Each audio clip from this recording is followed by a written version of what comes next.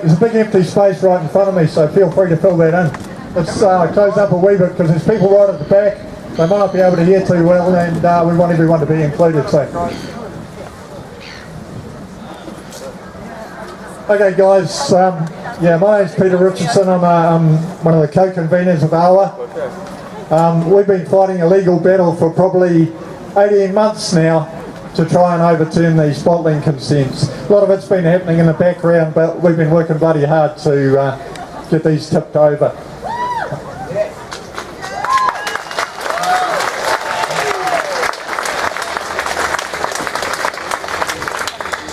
I want to start by just giving great respect and gratitude to Scott Esdale, who organised this march today. Scott's a proud Canterbury guy. He's just a concerned citizen who knows about the threat to our community water supplies from this dangerous activity. So big ups to Scott.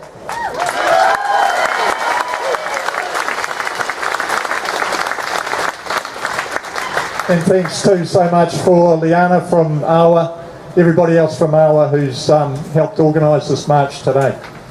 And not just AWA, there's a hell of a lot of people been involved in this, so thank you all.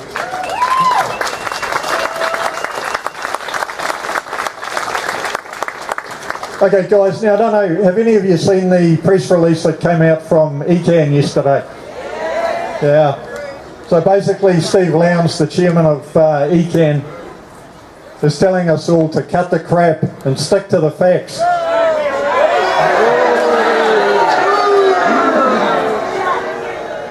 Well, I don't really feel like I'm talking crap, and I don't think Scott feels like he's talking crap. Do you guys feel like you're talking crap when you tell ECAN and you tell the government how you feel about water mining?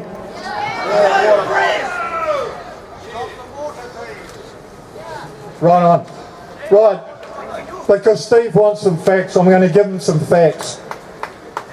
As a recent NASA study shows that 21 of the 37 largest aquifers in the world are at risk of collapse. By 2050, it's estimated that 1.8 billion of the world's population won't have adequate access to groundwater to meet their daily needs.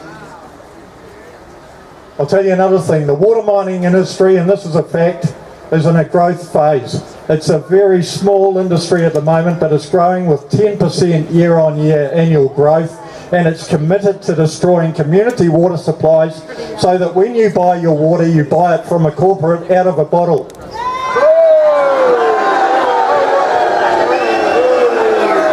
Now I can tell you that's a fact. I'm going to read something to you. This is a quote from the CEO of Nestle, which is one of the world's biggest water bottling companies. Here's what he had to say. Water, of course, is the most important raw material we have today. It's a question of whether we should privatise the normal water supply for the population. And there are two different opinions on the matter.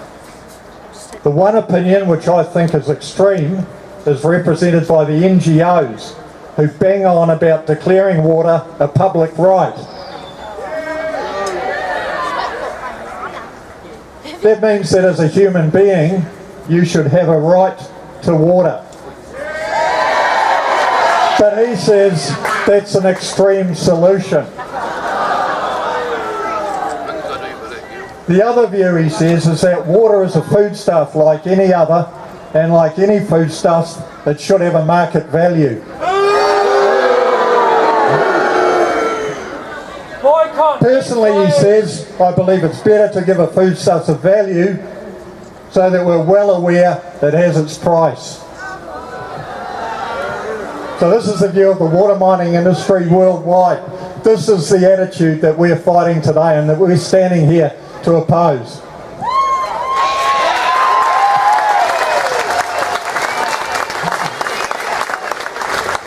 And while Steve Lowndes from ECAN is saying he wants facts, here's a fact. He says that ECAN can't do anything because they're bound by the rules. Right. I can tell you that under the Resource Management Act, all regional councils have a duty to allocate water in their region. and they also have the ability to allocate water between different activities. So essentially that means that council, the regional council, ECAN, does have the ability to limit and prohibit water mining, but it doesn't want to do that. And that's because it doesn't have the political will, not because it's bound by the rules.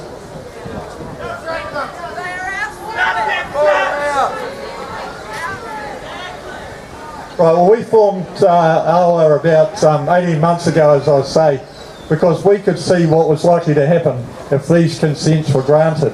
I can tell you that there are literally dozens of old industrial consents in Christchurch, and if we don't win our case, then you will see all of them snapped up by water mining. At the moment they're unused or they're entirely underused, but they will start pumping 24/7 when the water mining companies get their hands on them.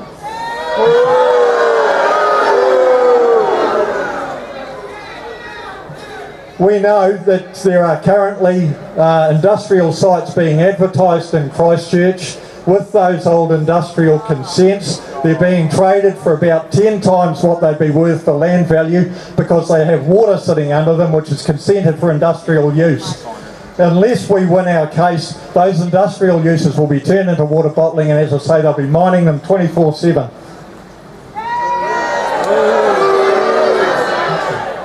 So as Liana said, we had our first hearing in October last year. That was to deal with a defence that the water mining companies had raised, that they didn't even need resource consent to take water for water bottling from the Belfast sites. What they said is they could rely on the old industrial consents and simply didn't need any further consents. Well, the judge threw that argument out, thank God.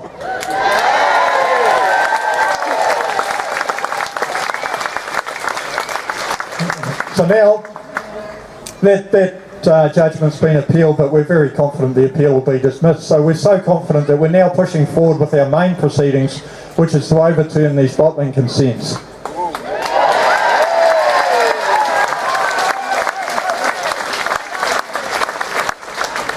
Last year, towards the start of last year, we went out to the public and we raised $40,000 through a public crowdfunding campaign.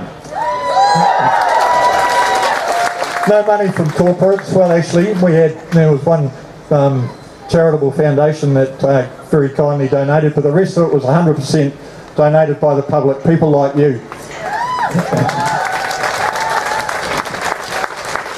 We'll be back to the public shortly, and in fact we're asking you to donate now.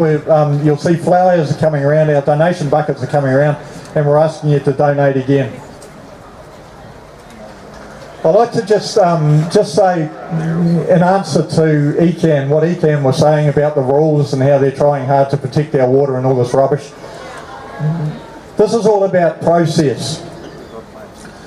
What our case is about is that ECAN, in our view, didn't follow the right process. It actually has rules that require anyone who wants to take water from our aquifers to apply for a water consent, and it actually provides that no more water is to be allocated from the Christchurch West Melton Aquifer. So when Cloud Ocean rocked up to ECAN wanting to take water for water bottling, ECAN had a problem, because of course they wanted to grant them those consents because the government had put them in power, had appointed them to facilitate economic development, so that was part of their agenda. But they had a problem. So the way they got around it, in our view, was to bend the rules. They decided that instead of requiring Cloud Ocean to apply for a new consent to take water, they'd simply allow them to apply for the right to use water for water bottling and then amalgamate it with another consent that had already been existed for industrial uses. In our view, it was a completely illegitimate process, and that's what we're complaining about. That's why we're challenging ECAN. They're bending their own rules, in our view, to facilitate water mining in Christchurch.